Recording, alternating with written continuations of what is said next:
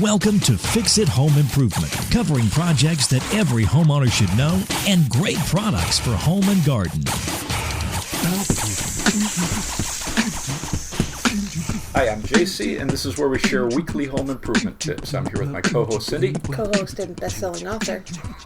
So Quotes is doing good on Amazon? Did better than yours. I'd like to thank everybody that downloaded the book and gave me a 5-star rating and review. And those of you who didn't, if you're looking for a motivational quotes, it's on Amazon by Cindy Johnson, Johnson. Okay, so what are we talking about this week?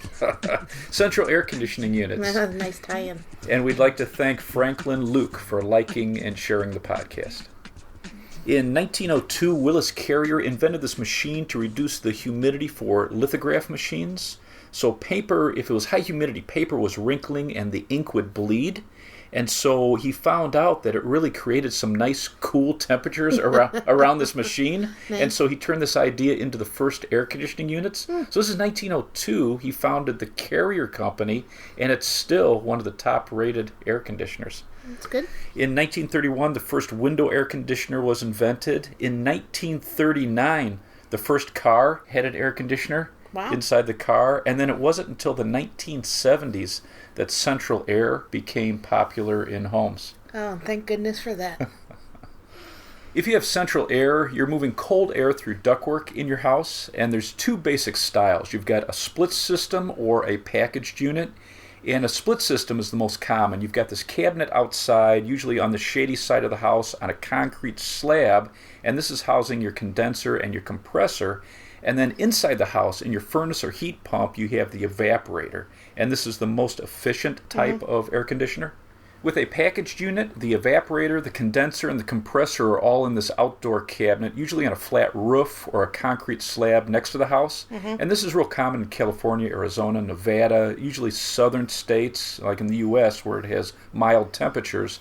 And for homes with limited space, you can have actually the heat inside this unit too. So the air conditioner, the heat, the air handler are all in one unit outside, so it's not as efficient as a split system. And these packaged units have a hard time heating if it's in a cold climate. I would guess so, since it's outside. Right. If your home has hot water baseboard heat or electric heat and no ductwork, you can install a ductless mini split system. So with this, outside you have this outdoor cabinet with the compressor and the condenser, and then inside you've got the evaporator and the air handler unit, and this is usually going to mount to the wall or ceiling. And with the wall mount, you've got this bracket that the unit hangs on, and then all you have to do is cut a 3-inch hole. You run that through the wall. You run out your drain line, your refrigerant line, and your electrical wiring, and this all goes into a plastic channel outside to the outdoor unit, and then that outdoor unit is sitting on a concrete pad. So everything that's loud is outside? Right, which is nice. So rather than, let's say you wanted to put a single air conditioning unit, if you wanted to put it into a sleeve, you've got to create a huge hole, and then the whole unit is very loud compared to this. And then also, it's much more efficient than trying to run a window unit air conditioner. So these are really good for room additions, and especially if you're in mild climates, you can get these mini splits with a heat pump. They're multi-zone, or you can purchase multi-zone mini splits, so you have one outdoor unit and then multiple indoor units, and each unit has its own remote. Nice. So with the average central air conditioning unit, the lifespan should be about 15 years. On the newer models, they're expecting them to last 20 years plus.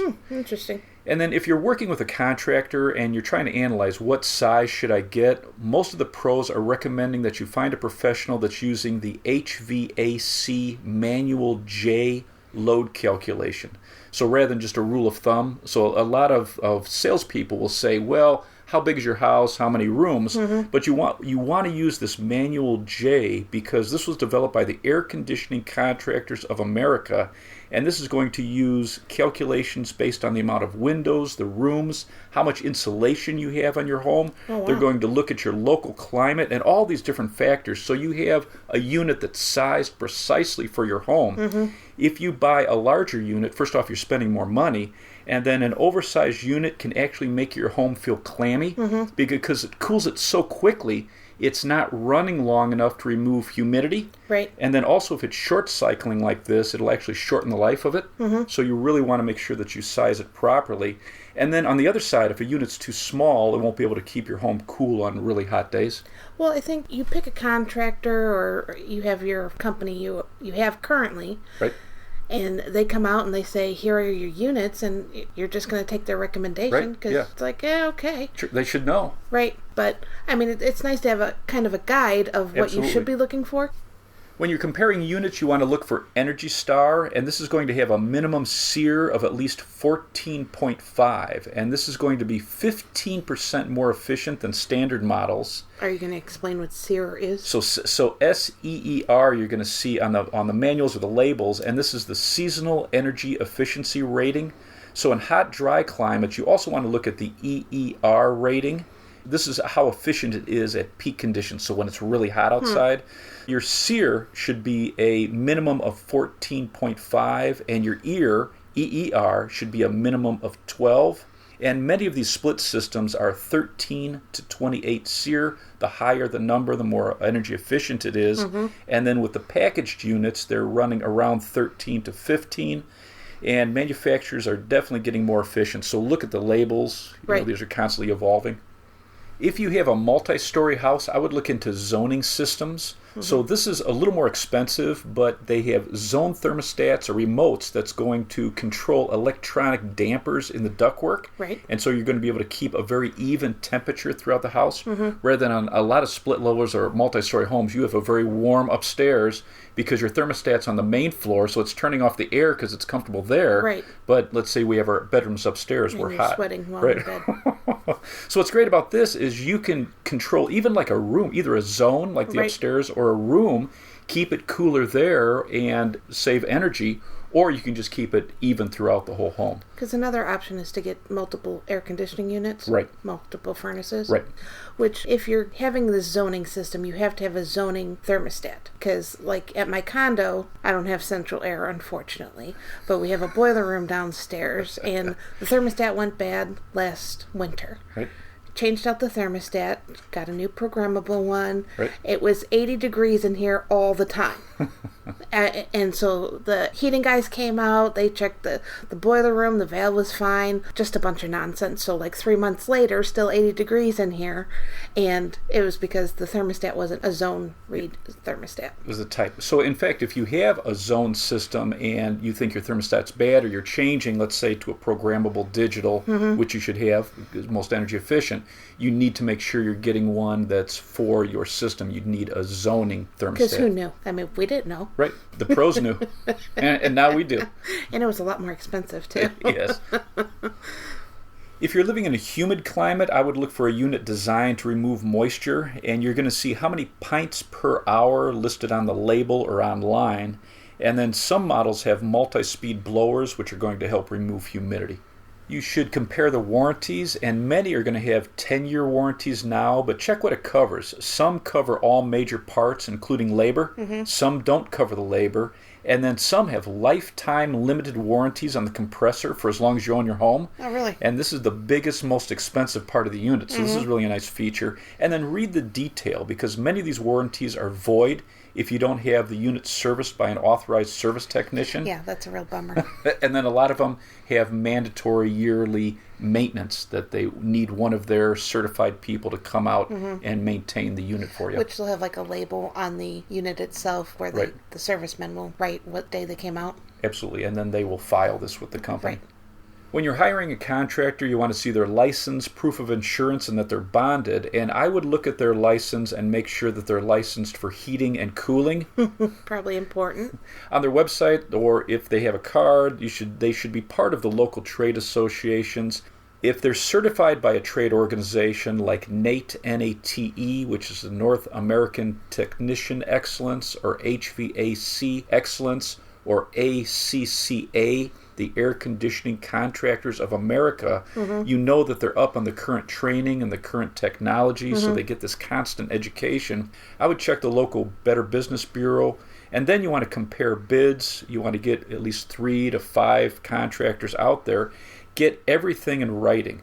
And if you're working with a dealer, What's nice about them is they're using an installer that's trained. So if you get somebody who deals just in Trane or Lennox or Carrier, Right. that's kind of the three big ones, they're specially trained for those units.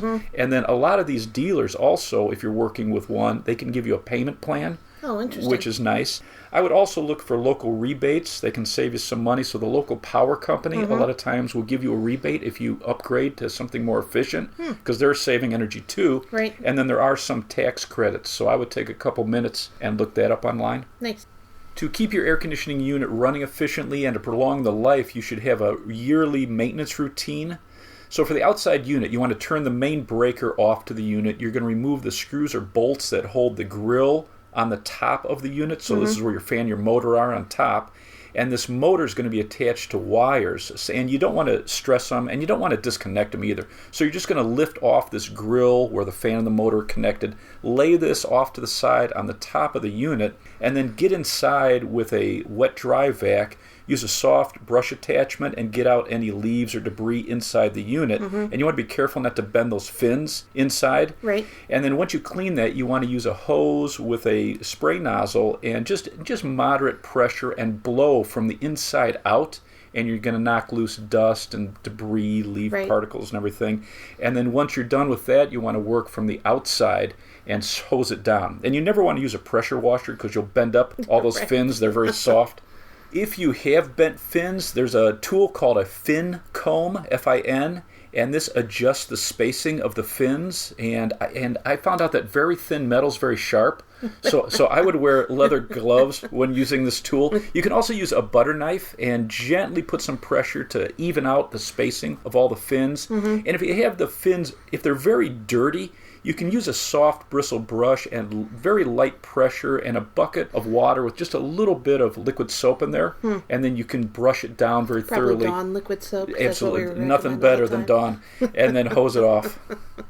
You know what they also have? No. They have a fin cleaning spray you can get at the hardware store or home center, and you spray that on, and it foams up, and it kind of grabs all the dirt, and then it turns into a liquid and pulls it all off. So that works pretty well.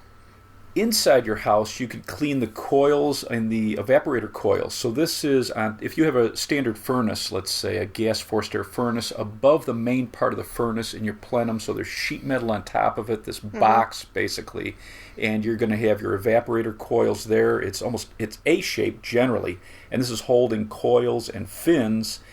It's a little difficult to get in here usually. You're usually going to have to cut away. They have metal tape on all the edges. You're going to have to remove a side or the front panel.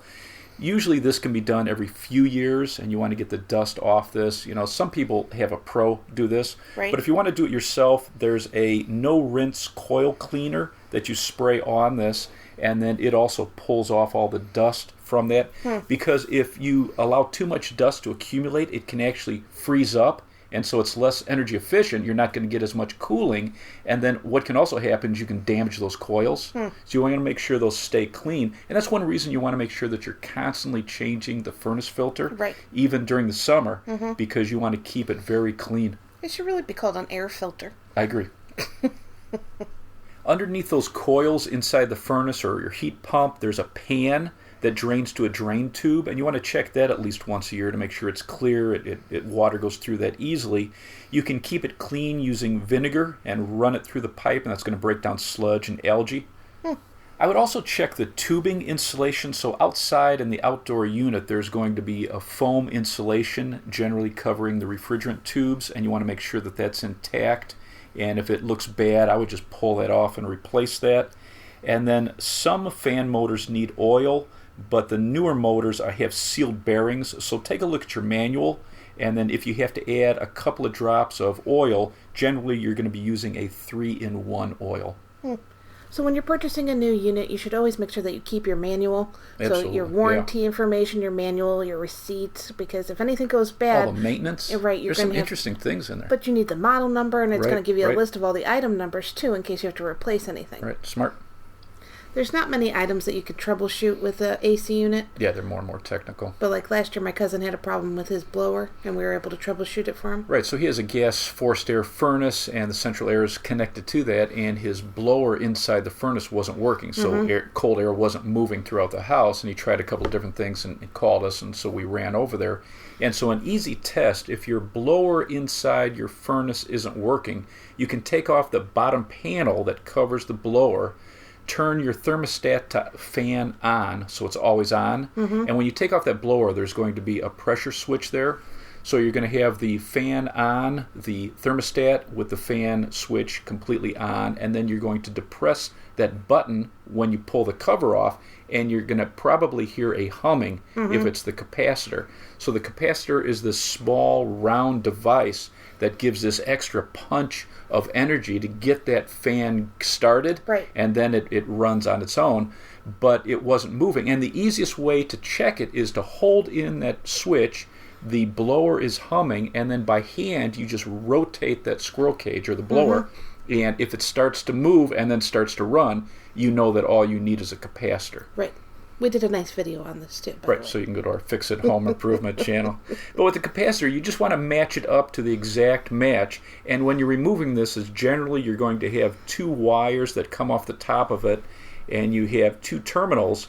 These, you can get a severe shock, so make sure that you take an insulated screwdriver, take off the wires from that. Now you're turning off the power. Always turn off the electric. Right, whenever you're doing anything with electric. Right, and then you're going to remove those two wires. You're going to take an insulated screwdriver and touch the two terminals at the same time to discharge any electric in there. Remove the old one, match it exactly, put a new one in, put the two wire leads back to it, and then turn your thermostat to fan on, and depress the button, and it should fire right up. Again, there's not too many things you could troubleshoot yourself, but this is definitely one of them. Easy fix. And then if your fan isn't working outside, there's also a capacitor, definitely a different type of capacitor, but there's also a very similar project outside if your fan isn't working on the outside unit. But this is why you should keep your manual.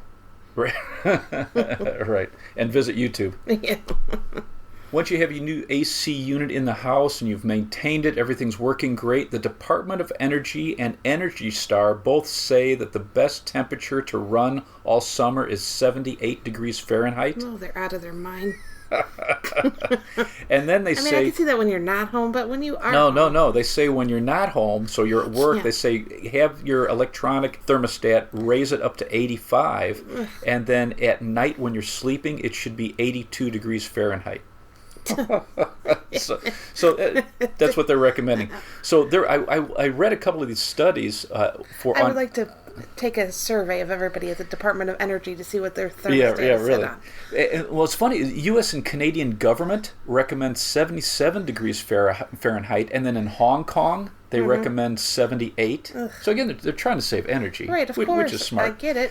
So there were a bunch of studies done on, what do people actually find comfortable? So it's blind tests, that you just go into a room and they have all these different temperatures. I'm guessing it's not 85. Well, what's wild is in the in the U.S., 77 degrees, people found that as comfortable in the summer, and then Europeans found 68 degrees. Yeah, that's where I'm going with too. The most comfortable. And then there were a bunch of research studies done with sleep, where you get the best, most comfortable sleep, and it varies between 68 and 72 degrees. So not 82.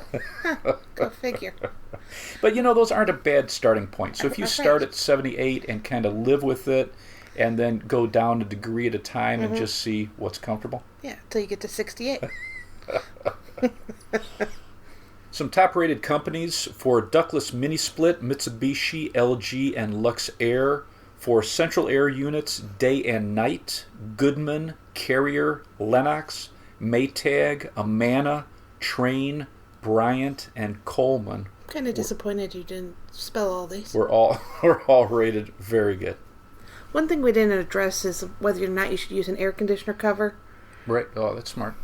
Right, so you should not use an air conditioner covers. Most of the new research says, especially if you're in a colder climate, animals tend to get under there and that's their shelter now for the winter months, and so they'll start chewing up your wires and, just leave debris and everything, and you got nastiness to clean up. Nastiness, yes. So what you could do is just use like a piece of plywood to cover the top of the unit. Just the top. You just don't want debris and condensation, moisture from the top. So put a piece of plywood or a piece of plastic, maybe something weighted on the top of it, and leave the sides open. That way you're not going to collect condensation. It's going to freeze and thaw, and then also for animals. Do you have anything else to add? I would say keep your filters clean. So your furnace filters, right? Keep those your air clean. filters all year round. Check them once a month. You want a yearly maintenance routine to keep that outdoor unit clean. And then if you're hiring a pro, I would look for a member of a trade association who's keeping up on the latest trends and technology. If you're hiring a pro and they're sizing your unit, make sure they're using the manual J. They're going to calculate the exact size you need. It's going to be most efficient for your home. And then, I like these factory trained. So if you find a brand that you like, especially for Trane, Carrier, or Lennox, they have factory trained people who know these systems. They know the requirements for your warranty because you don't want that voided. And then they're going to know what is the requirement. Do you have to have a yearly inspection or a yearly maintenance call? Right. You want to compare the SEER ratings. Look for Energy Star 14.5 or above. And if you have a two-story home, I would look for zone control, or at least I'd look into it. I think it's interesting. Well, you could actually take existing ductwork and have a professional change it over to the zone. They'll cut into it and put in the electronics. Yeah, it's pretty cool. So, something to think about. Let's wrap this up. You can subscribe to our podcast on iTunes, Stitcher, the Spotify mobile app, and the Google Play Music app. If you enjoyed it, please leave us a review. You can check out our home improvement videos on our YouTube channel, Fix It Home Improvement. And you can subscribe to that as well. You can download our book, Home Improvement Solutions, What Every Homeowner Should Know, on Amazon. If you enjoyed it, please leave us a 5-star rating and review. You can email us at fixitpodcast@gmail.com. Thank you for listening. Talk to you next week.